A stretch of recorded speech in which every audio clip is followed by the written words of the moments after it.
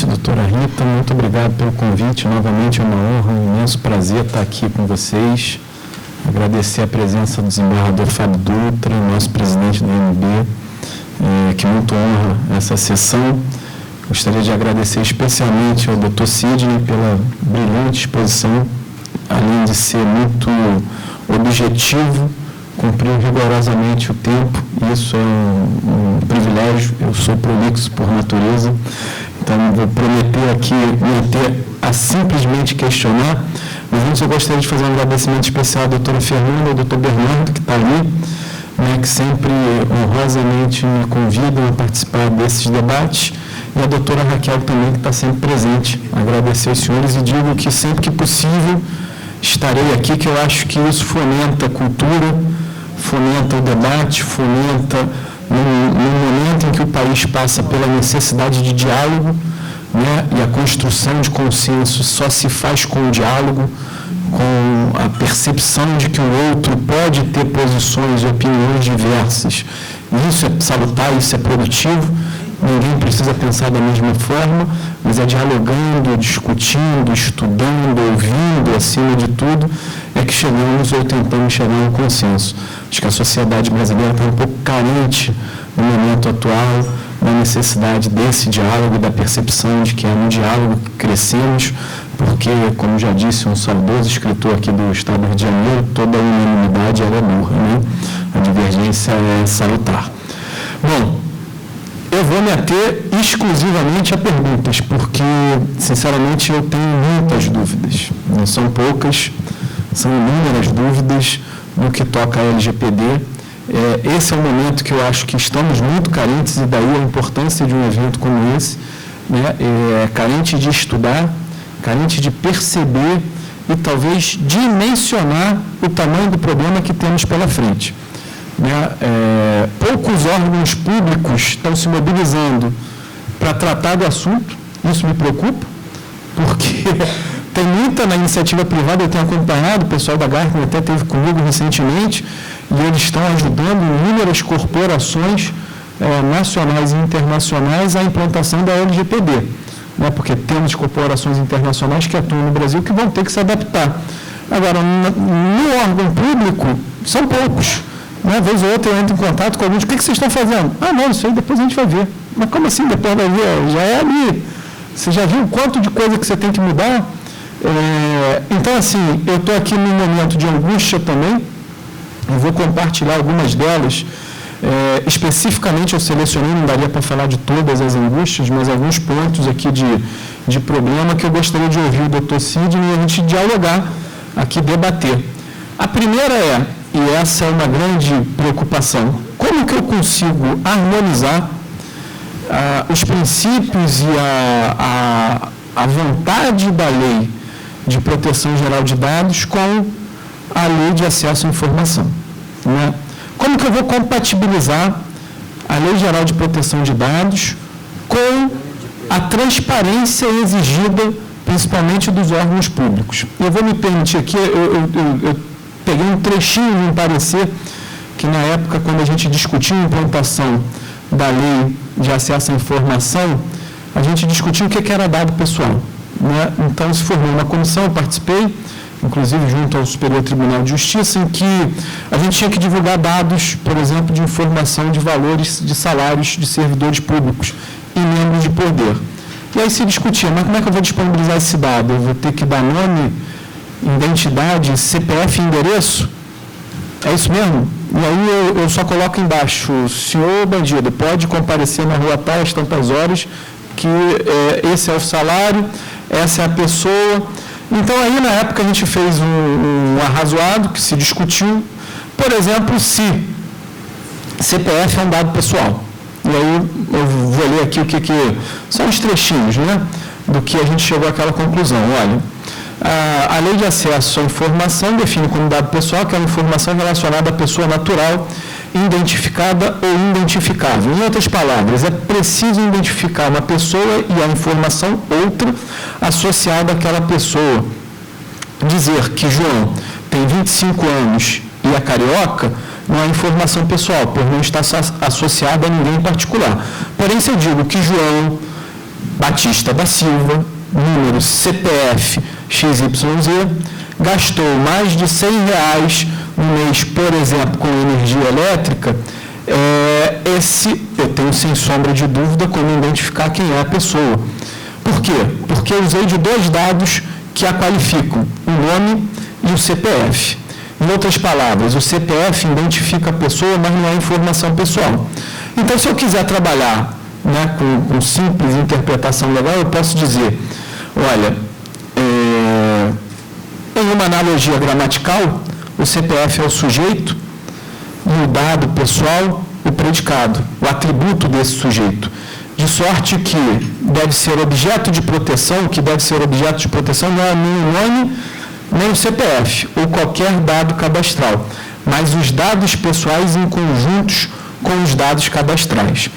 Isso foi uma discussão, depois isso aqui gerou até uma resolução, o Superior Tribunal de Justiça, por exemplo, normatizou, e ele disse, aquele que diz respeito à intimidade e à vida privada, tais como endereço residencial, celular, número de inscrição no cadastro de pessoas físicas, RG, piriri e pororó, é dado que não pode ser divulgado.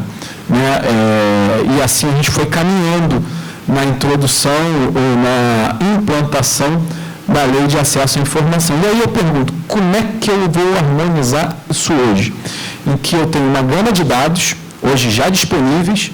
Então, hoje, no Portal da Transparência, você consegue toda a base salarial dos servidores, toda a nomenclatura, todo o nome completo. Então, eu estou identificando aquela pessoa com aquele salário. Eu estou identificando quantas vezes ele tirou férias no ano, quais são as férias gozadas, quais são as licenças. Eu tenho uma gama de informação que hoje está disponível. E, veja, ninguém me perguntou, você quer que eu disponibilize esse seu dado? Não. Eu não perguntei a nenhum servidor, eu estou falando do universo, só no Poder Judiciário de mais de 400 mil, né? Eu não perguntei a nenhum deles se eu vou disponibilizar esse dado. Mas eles estão lá, disponíveis para quem quiser acessar. Aí a primeira pergunta que eu faço é, como é que a gente consegue harmonizar isso, doutor Sidney? Como que eu não gero um retrocesso, porque, de certa forma, a Lei de Acesso à Informação foi um avanço, né, você ter dados públicos de forma publicizada, talvez até ao extremo, posso reconhecer, mas hoje eu tenho essa necessidade de perguntar, resguardar o dado pessoal, nós estamos falando de salário, de nome, de identificação. Eu vou dizer que isso não é pessoal, posso até trabalhar com as palavras, como eu brinquei aqui, no parecer lá e dizer que não. Né? Mas sem pedir e sem que aquela pessoa tenha um controle daquele dado, porque uma vez divulgado, qualquer um pode pegar e fazer o uso que assim entender conveniente. Então, a primeira dúvida é, como que eu vou harmonizar LGPD e Lei de Acesso à Informação com essa transparência já assim internalizada em nosso sistema? A transparência, há poucos anos atrás, a gente recebeu uma delegação aqui no estado do Rio de Janeiro, de juízes da Suprema Corte norte-americana, e aí a gente estava brincando com relação às sessões do Supremo. Não sei se todos sabem aqui, mas as sessões do Supremo norte-americano, sequer o advogado pode participar. Ele defende, mas no momento da discussão é interno. Né? Os juízes ali não publicizam, não tem participação de absolutamente ninguém. Depois é dada a publicidade da decisão. Olha, se decidiu isso aqui. Mas os debates, a forma como se trata, isso é totalmente interno. Eles não conseguem compreender como que aquilo é televisável. Né? Hoje, muito. Né? Num país em que a gente ontem, por exemplo, viveu um índice de audiência talvez até maior do que o jogo do Flamengo, era qual vai ser a decisão do Supremo sobre réu preso em segunda instância ou não, se eu mudo decisão, se eu mudo posição jurisprudencial. Então, assim, a gente está vivendo um momento muito distinto, né? E com essa transparência e publicidade ao extremo. E agora vem a nossa necessária e indispensável Lei Geral de Proteção de Dados. Como que eu consigo harmonizar? E é a primeira pergunta que eu faço. Você viu como é que ele gosta de mim, né? Ele é um cara, definitivamente, hoje eu descobri o nível de apreço que ele tem por mim. Então bom, É curioso, né? A pergunta é muito boa, porque efetivamente a lei ela não discriminou, né, quem está sujeito à proteção. Então, nós estamos falando aí, é todo mundo, né? Enfim, não há uma exceção para o poder público, né? Ou seja, o poder público, houve uma mitigação dos direitos né, da privacidade, da proteção de dados com relação a integrantes do poder público, enfim, que por conta da sua função pública, em tese, poderiam ter, né, um processo de transparência maior, enfim, com uma flexibilização desses direitos. Efetivamente não tem, esse é o primeiro grande conflito. Ou seja, você tem normas que não conversam, né? Eu acho que teremos uma linha de defesa dizendo que a grande diferença será justamente essa característica, ou seja, do exercício de função pública e, né, enfim, que efetivamente geram um outro nível de obrigação que o privado não tem. Mas o senhor tem toda a razão, quer dizer, uma colidência flagrante. E isso vem um pouco da nossa conversa do cafezinho, quer dizer, nós estamos no momento da indefinição, né? Muitos dos dispositivos da norma serão objeto de regulamentação por parte da autoridade, né?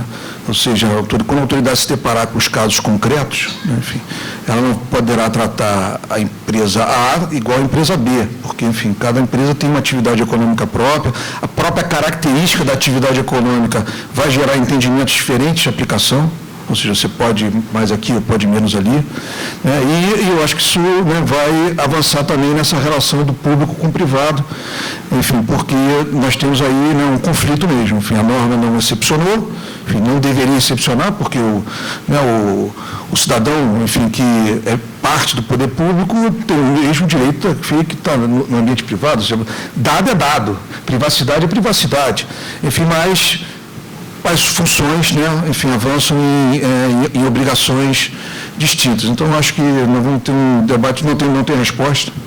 Enfim, acho que a autoridade vai atuar nisso aí, enfim, muito provavelmente a autoridade vai atuar. Se quiser falar? Eu tenho uma... Lá vou eu. Será que eu vou ser frita com a minha resposta? Eu acho que não tem divergência, não.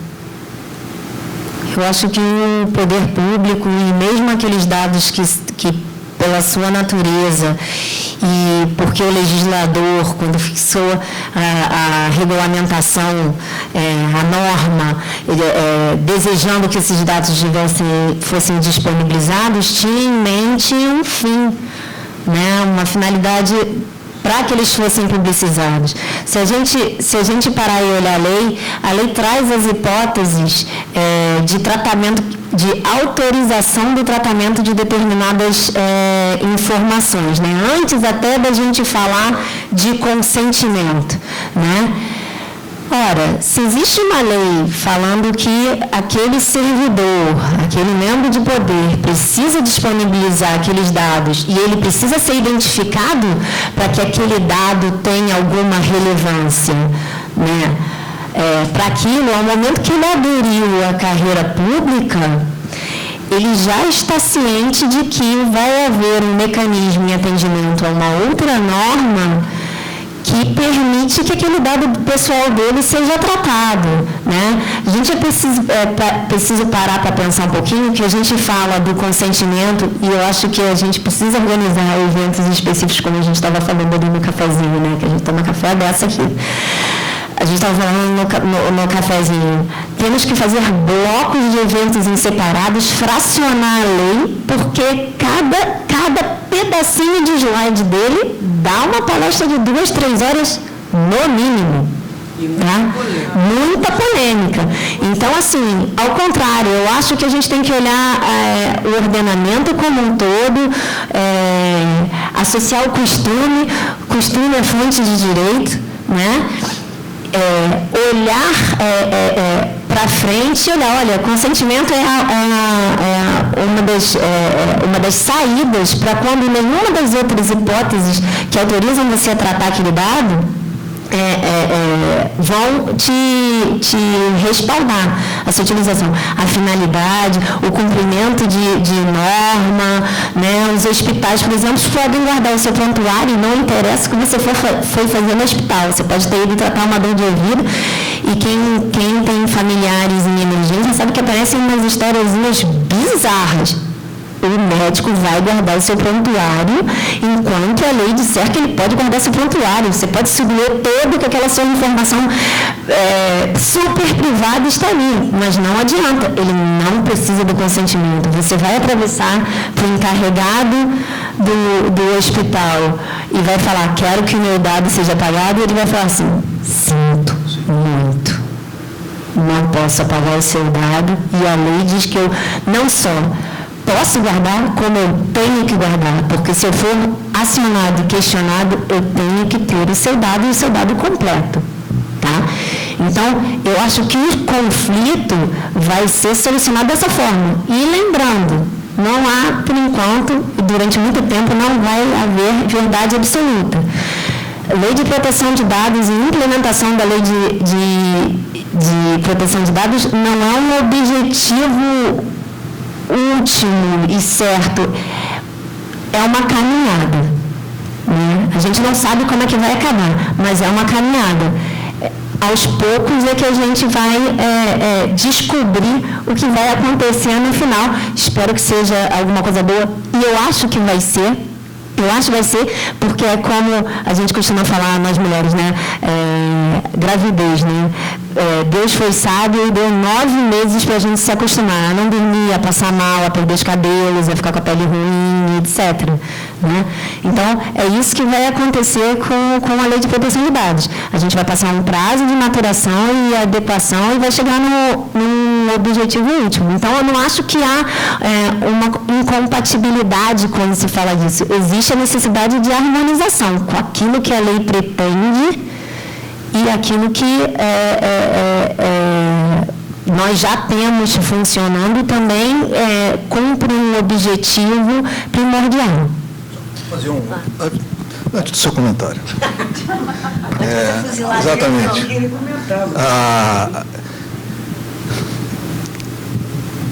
Fazendo um contraponto, né, o ponto da doutora Fernanda é muito bom, mas o fato é o seguinte, independentemente disso, por exemplo, nós temos questões de ordem formal, né, quer dizer, a lei não revogou nenhuma legislação. Então, isso certamente irá gerar conflito, porque tem normas que tratam de privacidade, proteção de dados, enfim, dentro de limites distintos. Então, eu não sou... A gente podia ter a seguinte argumentação, dentro da sua linha de defesa, né? Dentro da linha de defesa de que, efetivamente, em favor do agente público, você tem a possibilidade de se valer do habeas data, e eu não tenho. Entendeu? Então, quer dizer, ou seja, eu posso chegar nesse dado quando ele for efetivamente necessário, enfim, o habeas data seria uma das ferramentas.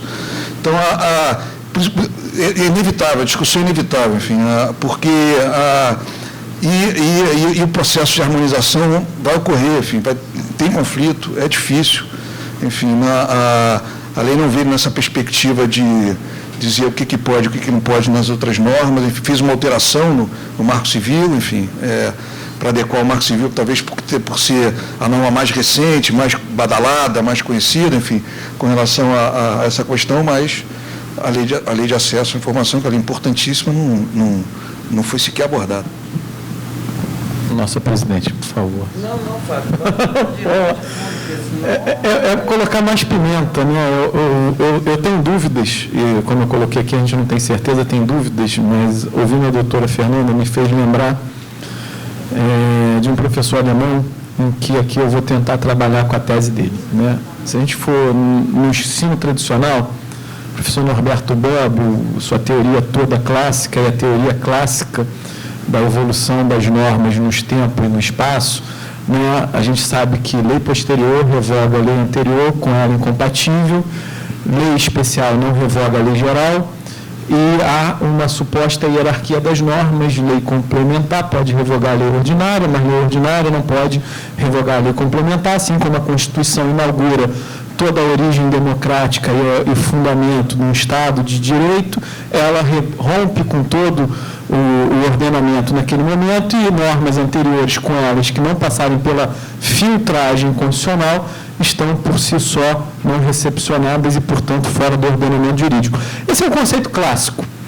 Só que esse conceito clássico se deparou na Europa com um problema muito grande quando se implantou a União Europeia, né, em que se criou um conceito de Estado diferente do Estado que nós tínhamos até então vigente e se deparou com questões muito diversas.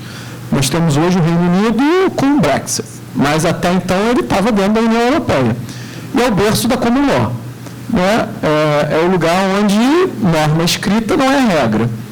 E nós temos também dentro do Brexit a França, a Alemanha, a Espanha, Portugal, países tradicionalmente da civil law.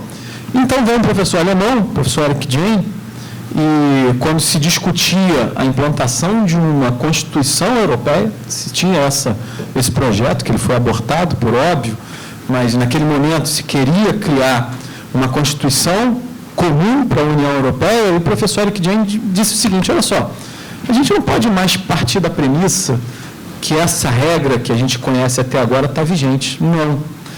A gente tem que trabalhar com as fontes. E aí ele criou uma tese, uma teoria que se chama diálogo das fontes. As fontes têm que dialogar entre si. Ela tem que escutar o que uma quer dizer e a outra tem que ouvir aquilo que ela está falando. E com ela se harmonizar. Para não dizer que, vamos dar só o exemplo da Europa, então é o nosso país vizinho aqui, na Argentina, hoje ministro da Suprema Corte Argentina, o professor Eugênio Raul Zaffaroni, tem uma tese muito grande, aí, muito no direito penal, mas que ele chama de entender o direito de forma conglobalizada. E o que é isso? Ele diz, olha, uma norma não pode fomentar aquilo que a outra norma proíbe. É incompatível, né? No ordenamento jurídico, uma norma dizer faz e a outra diz não faz. Então, a gente tem que extrair de cada uma dessas normas aquilo que é possível e interpretar o direito de uma forma geral, portanto, global e conglobada, para chegar à extração daquilo que o direito aplicado à espécie deve se dar.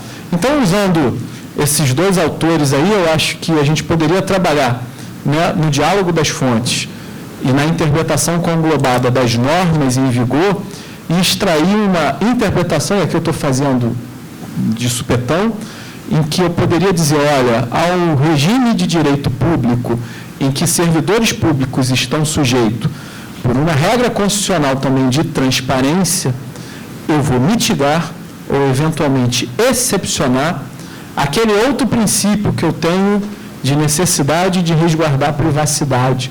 E com isso eu consigo compatibilizar, ao menos em termos, as duas normas hoje em vigor. Não sei, apenas uma tese aqui do que a doutora Fernanda falou e do que eu pensei rapidamente como uma possível possibilidade de harmonização, mas sem dúvida, eu acho que tudo aqui são problemas. A gente tem muitos problemas e poucas soluções, né? E vai nos competir no dia a dia da aplicação, do estudo, do aprofundamento, tentar chegar a esses pontos de consenso. Mas eu gostaria de colocar um outro problema que eu vislumbro também, além desse, né, é a ANPD, né, essa grande agência nacional de proteção de dados. Me pergunto novamente, agora voltando ao poder público e aos órgãos de Estado constituído. Hoje nós temos órgãos de controle no Poder Judiciário, Conselho Nacional de Justiça, no Ministério Público, o CNMP. Nós temos órgãos e tribunais de controle, tribunais de contas do Estado, tribunais de contas da União. E aí o que eu me pergunto? Olha, no momento da aplicação das normas, em especial das penalidades, e como bem disse o doutor Sidney, não é trivial, nem um pouco, e que pode gerar, inclusive, responsabilidade funcional, como que eu consigo compatibilizar a autoridade e a atuação de controle da Agência Nacional com esses órgãos de controle? Um exemplo clássico. o CNJ baixa uma norma, e ele já estava fazendo, né, tem uma comissão hoje no Conselho Nacional que está estudando a aplicação da LGPD e está querendo criar uma resolução para dar diretrizes gerais e nacionais aos tribunais, e ele vai baixar uma norma que, segundo o Supremo Tribunal Federal, inaugura o ordenamento jurídico, resolução do Conselho Nacional de Justiça, quando não incompatível com a Constituição, ela tem força de lei. Né? E isso foi dito, por exemplo, no precedente em que se tratou do nepotismo. Se controlou via ação direta de inconstitucionalidade essa resolução, e a primeira questão que o Supremo teve que enfrentar é: eu posso julgar essa DIN? Porque a DIN é contra norma, que origina e que inaugura o ordenamento jurídico, aquela é uma resolução. Então, se entendeu naquele momento que, não, tem caráter, sim, normativo de força primária. E aí vamos imaginar, antes da Constituição, porque ainda não está constituído. A ideia é que o CNJ, até o início do ano, baixe essa resolução. Baixou a normatização. Os tribunais vão ter que se adequar àquela normatização que o Conselho fez. Da mesma forma, fará o CNMP. Aí vem a agência e diz: não, peraí, está tudo errado. Não era isso que era o objetivo da lei, não era assim, e deve ser feito desta forma. Pergunta é: no conflito, na interpretação, na aplicação e, eventualmente, nas penalidades, porque a gente não pode fugir disso, né? Senão a norma se torna inócua. Se eu prever sanção e não aplicar, é a mesma coisa que nada. Aí ninguém aplica a norma. Em especial o poder público, que vai ter muito mais dificuldade de passar por todas essas etapas. Como que a gente consegue também harmonizar isso? Né? De que forma vocês conseguem ver essa sobreposição de órgãos, eventualmente de controle, aqui eu estou falando de controle de proteção de dados, porque nós vamos ter órgãos de controle propriamente dito, não de dados, mas de uma forma geral, mas que eventualmente vão apontar ali uma diretriz para como eu devo controlar o dado para aqueles órgãos que estão submetidos ao seu controle, junto com a NPD. Isso também é algo que me angustia. Você vê que ele está caprichando, né? Enfim,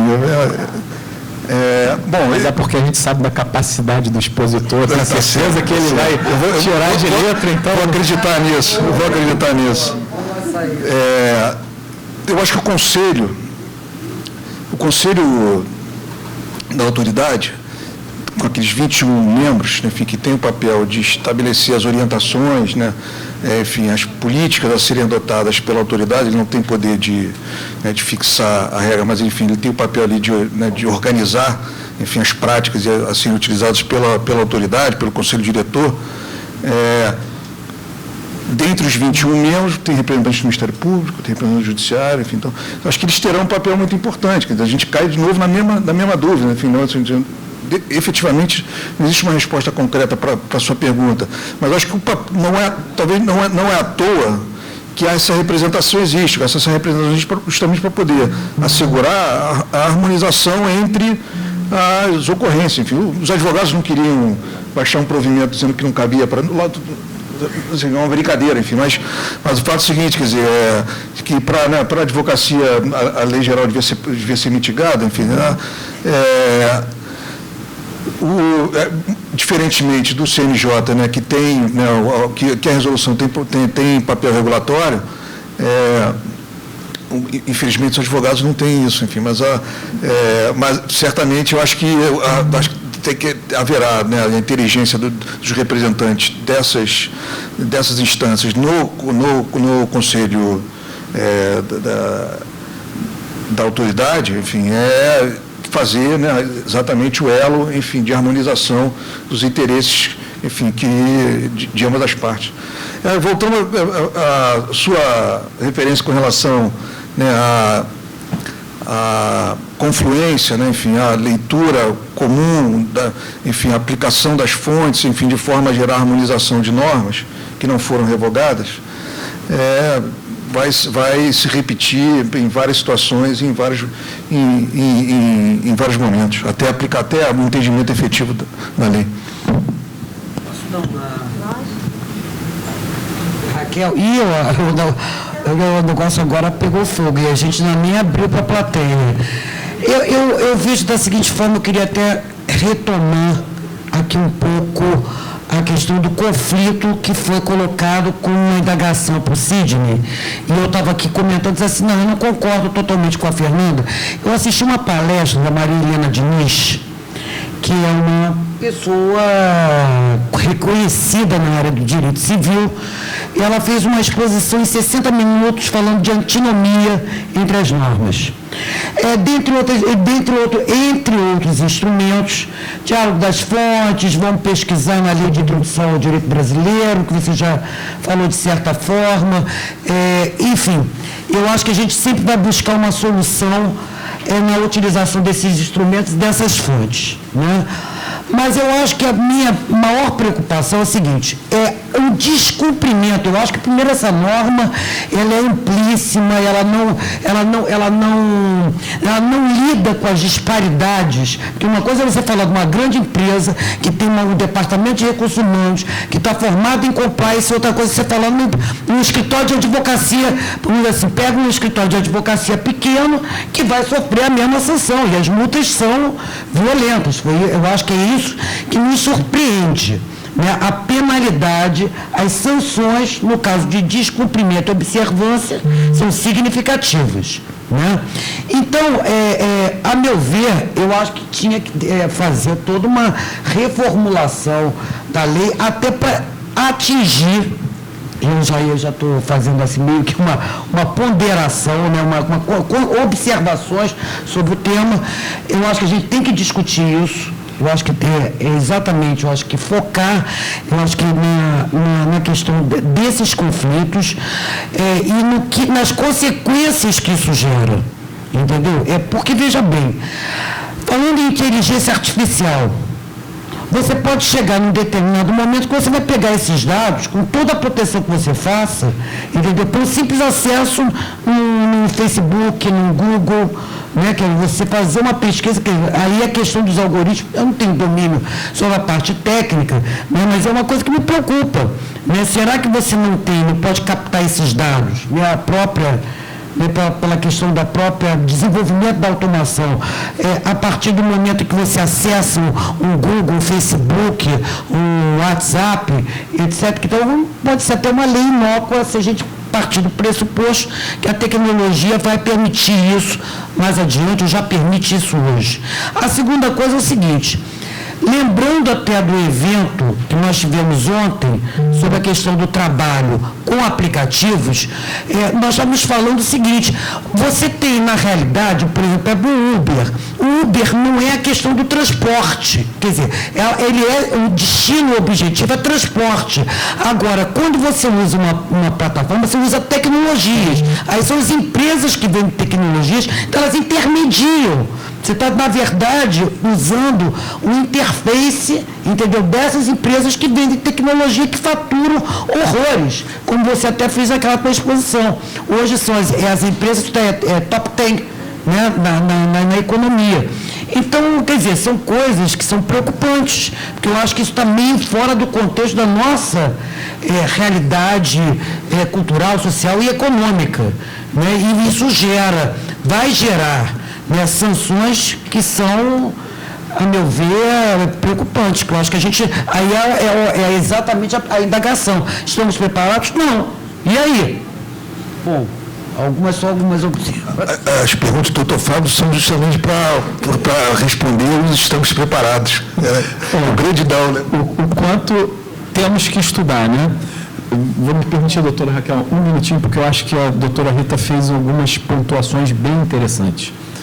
E aí eu gosto do assunto e gostaria de compartilhar aqui com o doutor Sidney, se ele concorda ou não. Mas, primeiro, o que a senhora mencionou, olha, como que usa esses dados? Toda essa discussão, né, e a própria normatização, a GDPR, que é o grande marco internacional dessa proteção, ela surgiu em torno disso. Né? O movimento de proteção de dados na Europa, ele veio se contrapor ao liberalismo americano, onde Google, Facebook e as empresas maiores de tecnologia começaram a se valer desses dados, monetizar esses dados, então eles estão ganhando muito dinheiro com esses dados, sem um controle. E toda política, que talvez a gente não se liga muito nisso, né? Mas eu não sei se todos repararam que depois que entrou em vigor a GDPR, todo mundo teve que, de novo, aceitar políticas de privacidade. Porque as indústrias, de uma forma geral, tiveram que se adaptar.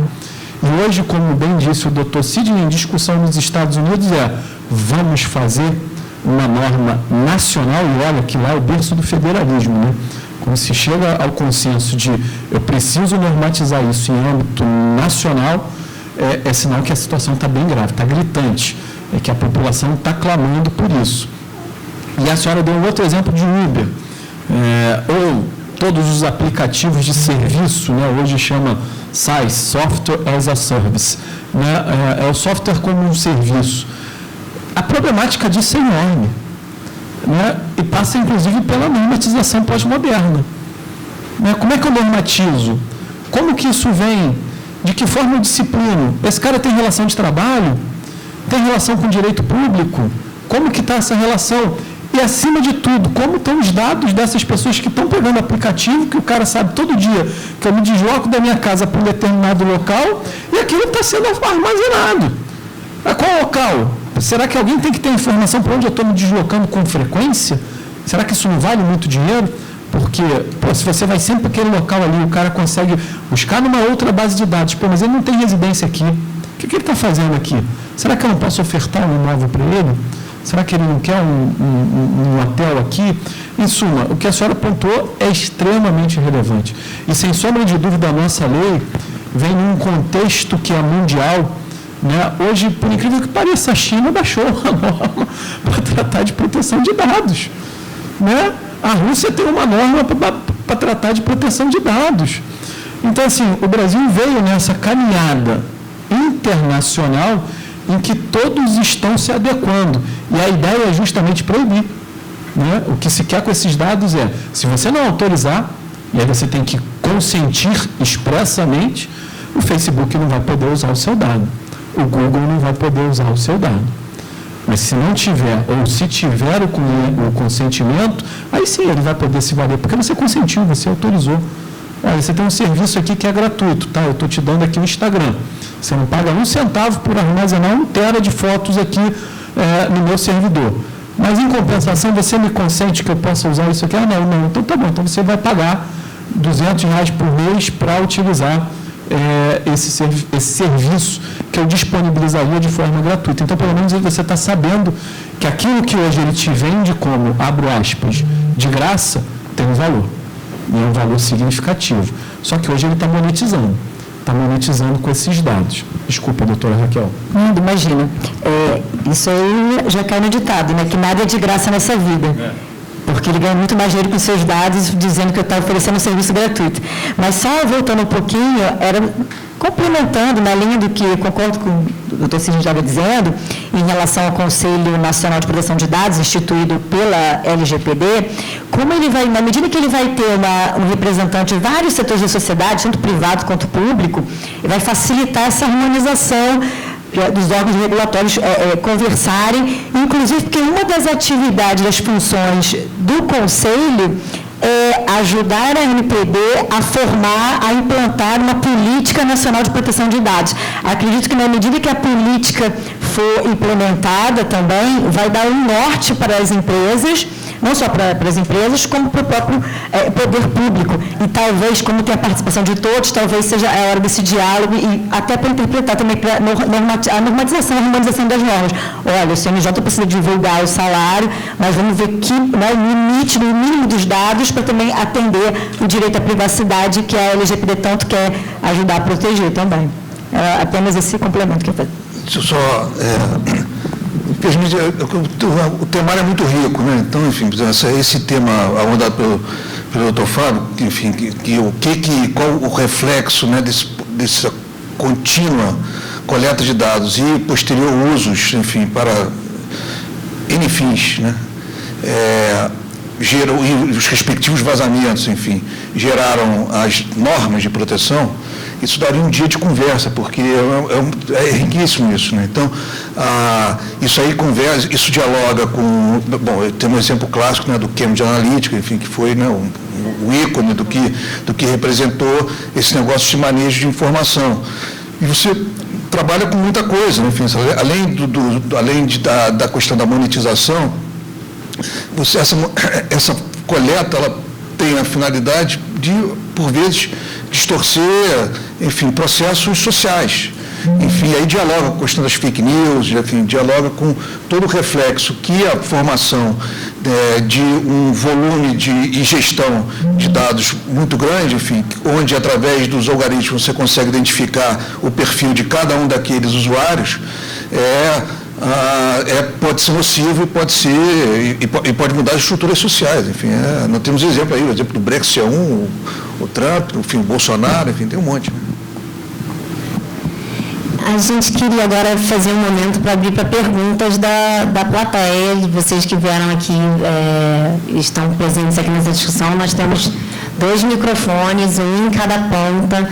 Se vocês, aqueles que quiserem fazer algum questionamento, acrescentar algum comentário, por favor, já se postem para a gente ser bombardeado aqui também de novo. Fazendo um parênteses aqui com o que foi dito pelo Dr. Fábio e a Rita sobre Facebook e Instagram, alguém aqui, por curiosidade, já leu os termos de uso do Instagram, não?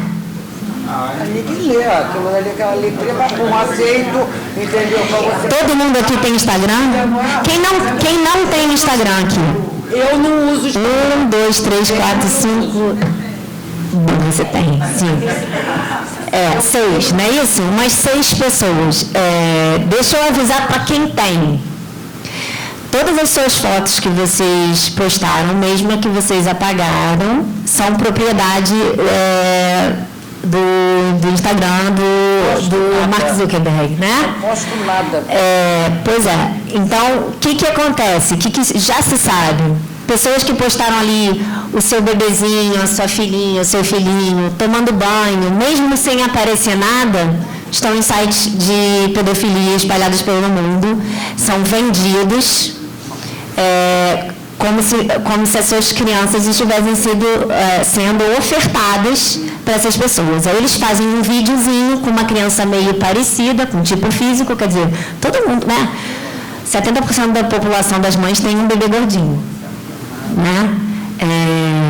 E é vendido e feito propaganda para pedófilos, né? A gente sabe de algumas moças também de biquíni que encontraram sites em que serviços sexuais eram oferecidos por elas, né? Profissionais, advogadas, promotoras, atrizes, donas de casa, em que lá fora, ou até mesmo aqui no Brasil, a pessoa se apresentava com uma foto dela de biquíni, lá linda, malhada, super bem tratada, mas para ela fazer isso ou aquilo por uma quantia razoável. Então, é disso que a gente está falando, né? Numa das primeiras palestras que eu fiz sobre privacidade, há uns 5 anos atrás, um profissional de TI, que hoje é dono de uma empresa de cibersegurança, né, não por coincidência, fez a palestra dele e falou assim, vocês sabiam que a gente compra a lista dos consumidores, dos titulares de contas da NET no Saara? Aí todo mundo ficou se olhando, até eu, né? Falei assim, não, são tantos mil usuários e eles têm uma gama enorme de dados, tipo CPF, endereço, faixa de renda e tudo mais. Quantos usuários, quantos pontos, aonde, em que locais da casa. Então, você já sabe que a casa da pessoa tem pelo menos 3 quartos, ou sala de jantar, e tudo mais, né? Você nivela, separa em grupos. E você compra no Saara? Aí eu falei, claro que não. A NET não vai deixar. Né? Pensei, aí ele tá. E teve o intervalo para o almoço, e depois a gente voltou, e ele era debatedor em outro painel. E aí, assim que abriu para perguntas, ele, antes de formular uma pergunta, ele falou assim, olha só, acabei de comprar.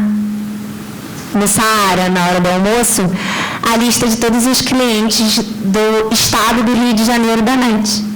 A gente, custou tipo R$500, R$1.000. Então, é disso que a gente está falando, né? E de coisas muito piores, mas, né? É o que eu falei assim, a gente dá o susto, depois dá uma sapadinha. Mas para além disso, chegar na Pacheco e ela pedir meu CPF, eu falo assim, mas para quê? Ela vai comprar, você tem um convênio, você vai compartilhar o que eu estou comprando com o meu convênio, se eu estou tomando anticonvulsivante, antidepressivo, amanhã eu suicido, você não vai dar cobertura para minha mãe, dizendo que eu já era deprimida grave, porque eu tomava isso e aquilo, eu tomava 3, 4 vidas de Rivotril por mês, e você vai dizer que você não assumiu esse risco? É disso que a gente está falando? Eu vou comprar passagem. A Ariane já deve ter passado por isso. Se você for comprar uma passagem de avião, no Decolar, na TAM, na Gol, etc., na Zona Sul, é um preço. Se você for para a Zona Oeste, se você estiver viajando, engarrafado lá na linha vermelha, lá em Magela, para lá, o preço é outro. Aliás, é a hora boa de comprar. Fica a dica. Tá? Fica a dica. Então, eu comprei um carro meses atrás, em maio. Fiz a pesquisa em vários sites de casa sobre vários modelos diferentes, tá? Nenhum específico. Não toquei mensagem com ninguém quando eu decidi comprar o carro. Tive bate-papos com o celular sobre a mesa, fui na concessionária, comprei, e em seguida saí para jantar com uma amiga e crianças. Daqui a pouco, quando eu abro o Facebook para ver, olha o que fulano postou, né? Tá? Tava a propaganda do carro que eu comprei na cor que eu comprei. E é uma cor que sai do prata, preto, branco, tá? Então, assim, quando eu vi aquilo ali, eu falei, fala baixo, né? Aí a Alexa riu, a Siri riu, né? A Alexa foi chamada para depor. Sabe que a Alexa foi chamada para depor? Não. Foi chamada para depor. E vai depois a gente não sabe o que vem, porque como ela é ativada por Hey Alexa, né, fala com a gente, vai vir tudo picado. E aí se a gente já tem medo da edição, quando a gente fala em público, quanto mais o que a Alexa vai falar. Né? Bom, perguntas? Tá? Vai ali, para a gente poder... Se apresenta, diz se é advogado ou não. A gente adora quando tem gente também fora do quadrado. Vamos lá.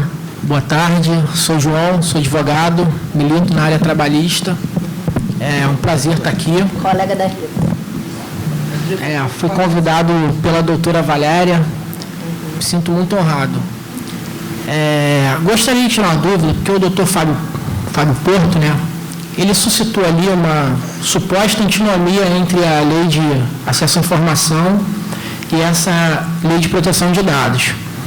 E aí me fez pensar numa outra coisa, estava até debatendo aqui com a doutora Valéria, sobre uma possível antinomia também no âmbito do processo judicial. Por quê? Sabe que o CPC regula lá as hipóteses de sigilo, etc. e tal. Mas nada impede que alguém venha invocar isso dentro do processo judicial. A aplicabilidade ou não dessa lei, em hipóteses fora daquelas previstas no CPC.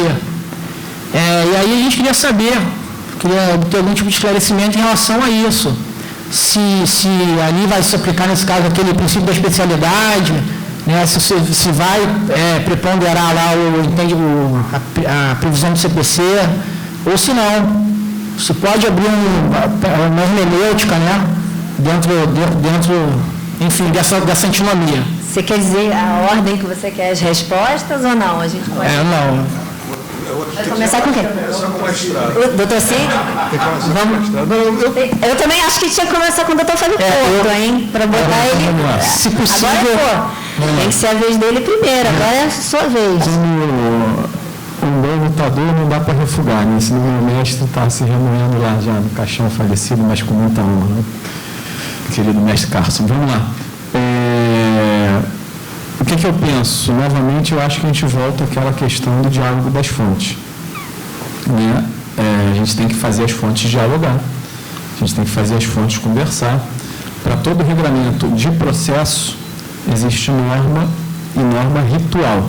Né? Não por outro motivo, o Código de Processo é chamado de Código de Ritos, porque ele ali traz o rito, e o rito é fluxo que o processo deve seguir com as suas diretrizes e com as suas determinações.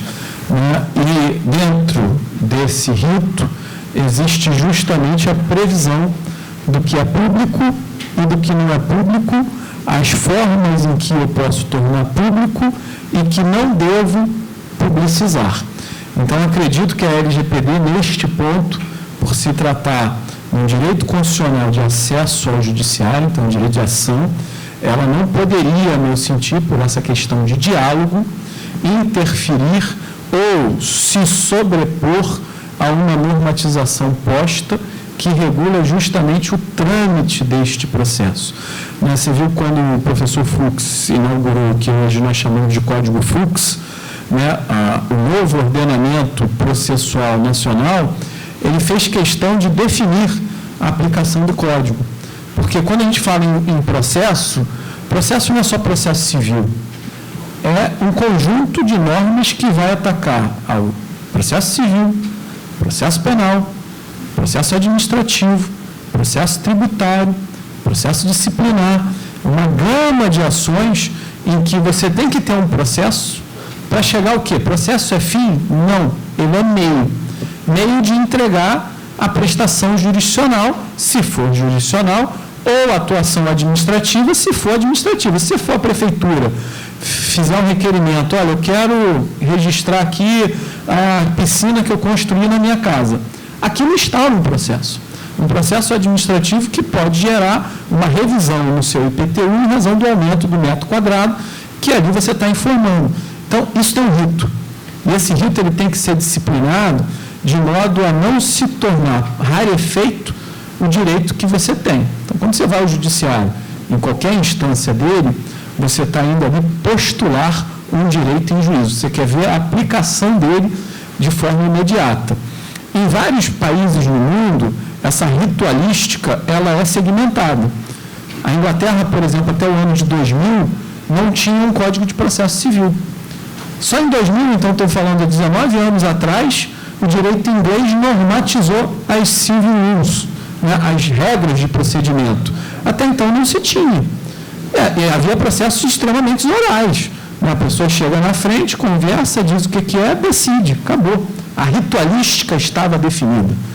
Mas havia liturgia, havia forma, havia meio, só não estava escrito, positivado. Então, hoje a gente tem isso muito consolidado. O nosso código tem origem nas ordenações filipinas. Então, assim, desde que o Brasil se entende por Estado, e muito antes, ainda como um pedaço do território português, ele já tinha toda a ritualística traçada. Então, acho que essa eventual antinomia, ela não existe, primeiro porque ali eu estou tratando do acesso ao direito constitucional de ação, normatizado especificamente sobre paradigmas e normas que tocam ao processo. Outra coisa, e aí sim a gente poderia pensar, que uso poderá fazer o Poder Judiciário e, eventualmente, os atores processuais de uma forma geral dos dados que são gerados do conteúdo processual. Aí É diferente. Eu não estou falando do sigilo do processo, eu não estou falando da forma que eu posso publicizar aquele processo, mas sim do conteúdo de dados, e hoje nós estamos falando basicamente de processo eletrônico, é onde eu gero esses dados, que eu vou poder me utilizar deles. E aí você tem as questões de jurimetria, análise preditiva, controle de jurisprudência, etc, etc, etc. Sobre esse aspecto, aí sim, eu acho que a gente tem a aplicação da LGPD, mas não no processo em si, pelo menos minha opinião nesse momento aqui de diálogo coletivo. Está respondido, né, enfim, efetivamente, é o meio, né, o meio pelo qual você alcança aquilo que você está postulando, que está requerendo. Então, enfim, eu não vejo também nenhum tipo de incompatibilidade. Essa questão pode tomar uma outra dimensão nessa discussão toda, enfim, não só especificamente a sua pergunta, quando, se aprovada, por exemplo, a PEC 17, né, que pretende, né, equiparar, incluir no rol dos direitos e garantias fundamentais a proteção de dados. Então, você vai ter, na verdade, uma proteção de natureza constitucional no rol das cláusulas pétreas. Isso vai dar uma outra dimensão para a discussão, enfim. Você se prepara, vai falar muito sobre isso. Inclusive, nesse tema, Sidney, fazendo um parênteses, tem a discussão de se é necessário que esteja incluído no rol, claro, para ser direito fundamental. Né? Para mim já é, sempre foi. Ele vai mudando a carinha dele conforme a tecnologia vai avançando e, obviamente, os direitos de privacidade 20 anos atrás eram de uma forma, hoje eles precisam alcançar outras formas, mas é o mesmo. É o mesmo direito, a gente voltava para uma outra realidade. Com relação ao processo, se você imaginar que você vai ter que começar a passar um pente fino, sem olhos de ver, num processo judicial, a nossa profissão sai perdendo de lavada. É melhor nem entrar em campo, para não passar vergonha. Como é que a gente vai fazer uma pesquisa de jurisprudência no site do tribunal, olhar aquele precedente, imaginar que ele é um precedente, e por vezes eu tenho que fazer isso. Eu olho que, nossa, essa jurisprudência parece boa, vou botar na minha peça. Não, mas peraí, deixa eu ver qual era o caso que estava sendo discutido. E eu vou ter que entrar no processo para ver o processo. Antes do processo eletrônico, eu tinha que pedir para o estagiário, corre para a cópia, para ver. E o processo tem que ser público, por uma série de motivos, até para a garantia da correção da legalidade e da justeza do próprio processo. O processo é meio, não é fim, né? É meio para realizar alguma coisa. E aí, mais uma vez, não tem incompatibilidade. A gente não vai chegar e vai falar, né? Como é que a gente faz uma petição inicial e qualifica as partes? A gente tem aqueles dados básicos que a lei definiu como sendo essenciais para uma petição inicial, sem os quais ela é inepta.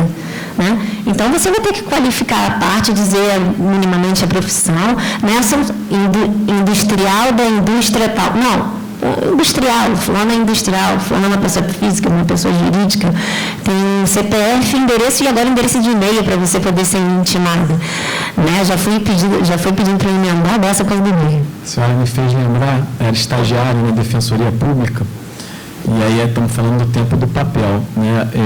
Entrou uma ação que era a seguinte, havia uma ação, 2 escritórios de advocacia, ação tranquila, de direito empresarial, estagiário, certamente, sempre a culpa é do estagiário, inadvertidamente juntou fotos no processo. E o problema é que as fotos não tinham nada a ver. As fotos eram de uma menina, tinha 19 anos na época, de calcinha, sem sutiã, que estava na mesa lá, provavelmente do advogado. Era namorada, amante, não sei informar. Eu sei que foi parar no processo. O problema não foi ter ido parar no processo, foi que quando o escrevente na época viu, falou, opa, mostra para um, mostra para outro, vai comentando. Aquilo foi parar na capa do jornal O Povo. Putz. E aí que entra a defensoria, porque a menina, um belo dia, os colegas de colégio, vão lá, olha aqui, você aqui no jornal, aí entrou com uma ação contra o jornal, e aí que a gente descobriu toda essa história, como é que a foto tinha ido parar. Então, só para dar um exemplo de como é sensível essa questão, né? Esse era um caso que na Defensoria a gente ria muito na época por conta disso, mas é porque é um descuido, né? Juntou lá sem querer, o cara não viu, junta isso que está aqui. pegou, grampeou e vamos embora, dá entrada na petição. O outro cara foi brincar, essa brincadeira aí, ainda bem que não é WhatsApp, porque se fosse hoje, né, o mundo todo estava sabendo, ia ser bem pior, mas assim, é esse dilema, né, que a gente precisa tratar, privacidade versus publicidade, e a publicidade é a regra. No direito brasileiro, nós temos a regra da publicidade. Tudo é público. A exceção é aquilo que não pode ser público e tem que ser justificado. Então, as regras de sigilo processual, elas são justificáveis, e as regras de sigilo de qualquer procedimento no âmbito da administração pública também devem ser justificadas. Vamos então abrir para uma última pergunta? Vamos lá. São duas. Duas então, a Bela e a Bela. Não, já está indo? Ah, você, vamos lá. Boa tarde, né? Sim. Para todo mundo escutar. Para todo mundo. Tem que ser no microfone. Eu vou falar. Obedece ao presidente, hein? É porque grava. Porque grava. Vamos lá. Bom dia a todos, eu me chamo Alexandre Gomes, eu sou advogado, também vim a convite da doutora Valéria Ribeiro, e na verdade eu ia fazer uma colocação quanto à explanação da doutora Fernanda, porque eu entendo, e o doutor Fábio também falou, quanto à questão do processo, além da publicidade, hoje eu acho que está um pouco mais restritivo com a questão do acesso ao sistema eletrônico, porque o advogado entra através do seu token, e o público entra através de uma senha, né? Então, assim, os dados disponibilizados, eu acredito que sejam mínimos, né? Óbvio, com a característica da publicidade que tem que ser dada. Então, assim, nós também vamos ter um período, né, de adequação a isso. Eu acho que vai chegar uma composição mais adequada quanto à disponibilidade pública dos atos e os documentos, né, intrínsecos do processo. Era isso que eu queria falar. Obrigado. Meu nome é Valéria, né? Valéria Henrique, ela não Peraí. Tá. Valéria, né? Valéria Ribeiro. Comissão de Direito de Trabalho e Compliance também. Estou desenvolvendo já um tema do Compliance e Integridade, mas eu tenho verificado que vai ter que ser absorvido pela Lei Geral de Proteção de Dados. A minha pergunta, o meu questionamento, né, e conto com a ajuda dos colegas, seria no sentido, hoje as empresas criam grupos de WhatsApp para delegar as funções, fiscalizar as funções. Isso vai ter que fazer parte do contrato de trabalho dos funcionários, vai ter que fazer parte do programa de integridade e compliance para ela que possa se resguardar com relação a essa Lei Geral de Proteção de Dados?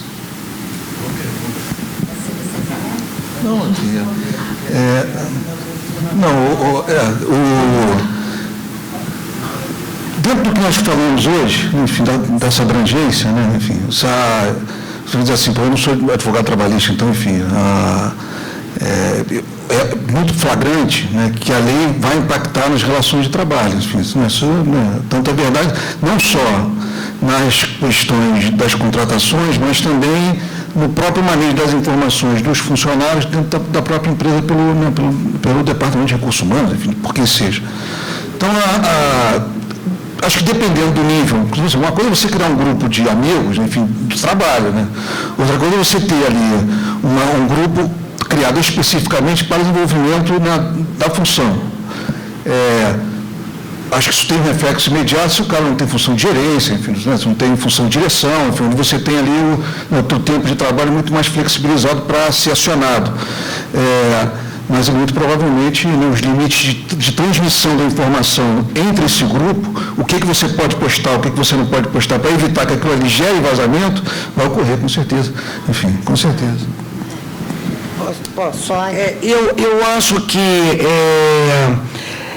vai ser normatizado como você, por exemplo, a empresa determina que você só use um sistema de correio eletrônico para questões corporativas, não questões pessoais. Eu vou dar um outro exemplo, que eu acho que é um exemplo que não foge da área de trabalho.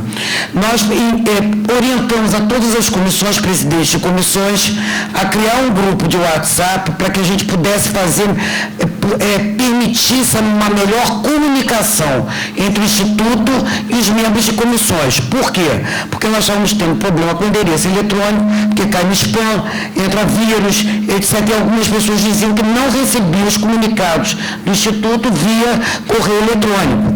Entendeu? Então, nós fizemos isso, quer dizer, qual foi o objetivo? Ampliar a comunicação, quer dizer, melhorar a comunicação institucional, e isso foi dito na hora que se criou o grupo. Qual é o acesso de dados que você tem no WhatsApp? É o teu celular. Então, se vai ser utilizado, bem utilizado, aquele grupo que foi criado, isso é norma empresarial, que vira norma interna, vai aderir ao contrato de emprego. Deixou de ser observado, tanto o empregador vai ser penalizado, como o empregado também pode ser penalizado se fugir aquelas regras internas estabelecidas. Eu acho que isso aí, tudo hoje que agora tudo é compliance, eu acho que nas empresas que mantêm como gestão de recursos humanos, a questão da gestão via criar um compliance interno, e hoje já está sendo discutido isso no âmbito trabalhista, que é uma novidade, isso é novidade para a gente. Eu acho que isso aí vai ser melhor equacionado. Daqui a pouco isso vai virar uma coisa, eu acho que comum e normal. Eu acho que não tem a ver com a questão da proteção de dados, como da forma como está disposta na lei. É a minha forma de entender. A minha preocupação ali seria exatamente com relação, porque a empresa seria multada. Deixa eu fazer um parênteses. Mesmo havendo vazamento de informação, como ele utilizou no exemplo, os do programas, processo físico das fotos. Exatamente. Quando você participa faz aquele roadmap, faz um risk assessment e tudo mais, se eu chego numa empresa e sei disso, eu vou dizer para ela, tira. Não pode. E por quê? Normalmente as empresas têm o seu próprio sistema de comunicação, uma intranet de comunicação interna. É lógico que você pode ter um aplicativo, e a pessoa de TI que está aqui vai poder dizer isso, você pode criar um aplicativo da sua empresa, conectada na nuvem, no sistema da empresa, com criptografia de ponta a ponta, que seja responsável por essa comunicação. Isso é uma parte. Qual é o lado B? Quais os funcionários que vão poder, ou se eles estão autorizados aí, compete o aplicativo numa perspectiva de privacy by design, que eu até vou explicar esse conceito, o que é.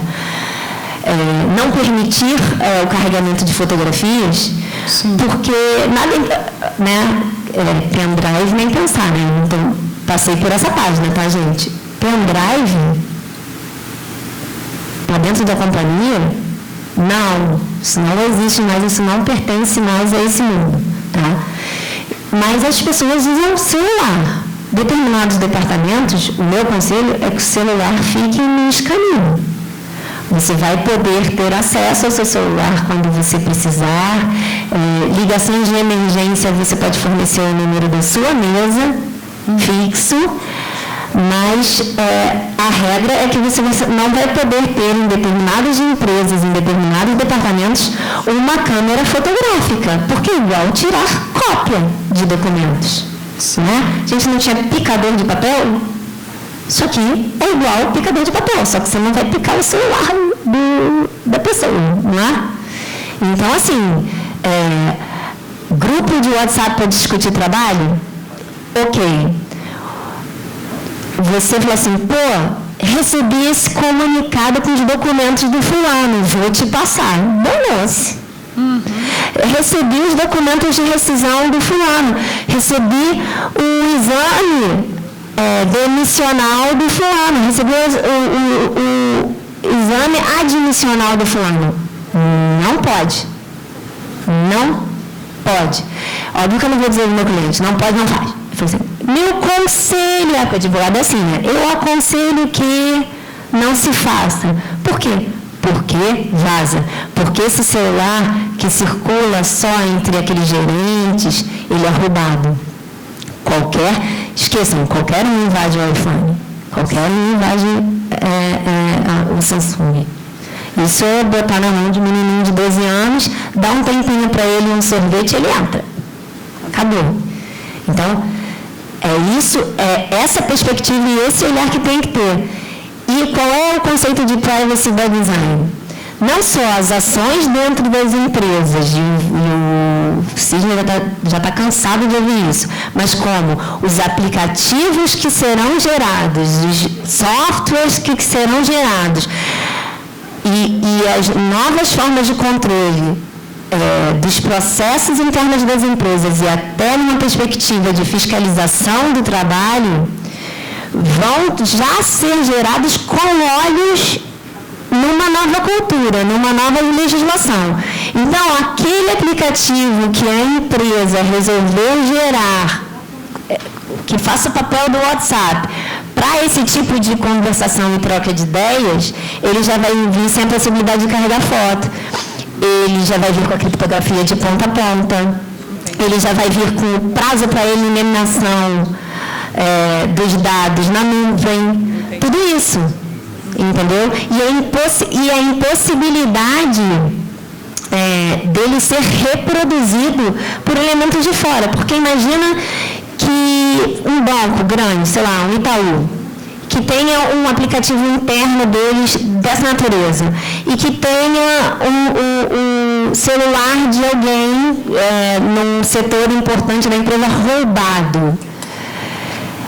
Esse ladrão vendendo esse aparelho, um hacker vai conseguir copiar esse aplicativo e passar a navegar sobre a identidade dessa pessoa para saber dados internos do banco? Você sabe que o WhatsApp é o que mais se faz, né? Sim. É o que mais se faz. Detetive particular que fiscaliza infidelidade, esse é um tema ótimo para a proteção de dados, é um dos melhores, né? Copia o WhatsApp. Cuidado que vocês fazem o WhatsApp, hein? Copia o WhatsApp. Tem um detetive que é conhecido aqui no Rio de Janeiro, que ele tem um escritório aos pés da Rocinha, ali em São Conrado, e ele copia o celular do seu marido em 2 minutos. Sim. Só com o número e operadora. Sim. Ele é ninja. Ele só não pega mensagem de voz, de resto lascou-se. Então, assim, são os olhos de ver. O WhatsApp não tem o conceito de private by design. Sim. Então, é isso que tem que prestar atenção. Nosso tempo já acabou. Você quer fazer mais algum acréscimo? Doutor Fábio, vamos fazer um acréscimo para a gente encerrar? Eu só tenho a agradecer, parabenizar o doutor Sidney pela brilhante palestra que foi dada. Vou fazer um convite aqui, nós estamos estudando o LGPD no tribunal, doutor Sidney, então já lhe convido, a gente tem feito um ciclo de palestras servidores e diretores para compreender e entender a importância da nova lei. Nós estamos agora com Cláudio Neiva, que vai falar, que é um grande especialista no assunto, pela Gartner, e convido o senhor, se tiver disponibilidade também, se puder ajudar, nesse momento que nós estamos chamando de conscientização. A gente tem que conscientizar as pessoas dessa importância, dessa magnitude de lidar com esses dados e a proteção deles. E a palestra foi muito clara, muito didática e acima de tudo, muito objetiva. E eu acho que isso que é importante, a gente passar a objetividade para as pessoas, elas entenderem a relevância, a importância disso, com especialistas, a doutora Fernanda também, que se mostrou aí bem na parte prática, né, do como fazer, how to do, né, que é o caminho seguinte, se quiser nos ajudar, porque a gente está com essa missão que é difícil, né?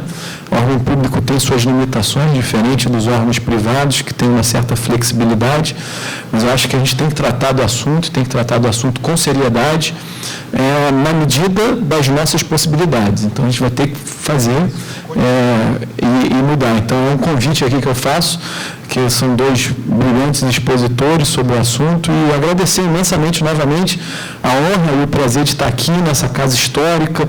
Quando eu olho aqui para trás, são professores nossos, autores que eu li, né, e que a gente cresceu na cultura jurídica estudando essas pessoas que aqui estiveram, e é um prazer, uma honra muito grande estar aqui e falar com os senhores, e sempre que convidado, sempre que possível, estarei aqui com o maior prazer do mundo. Muito obrigado.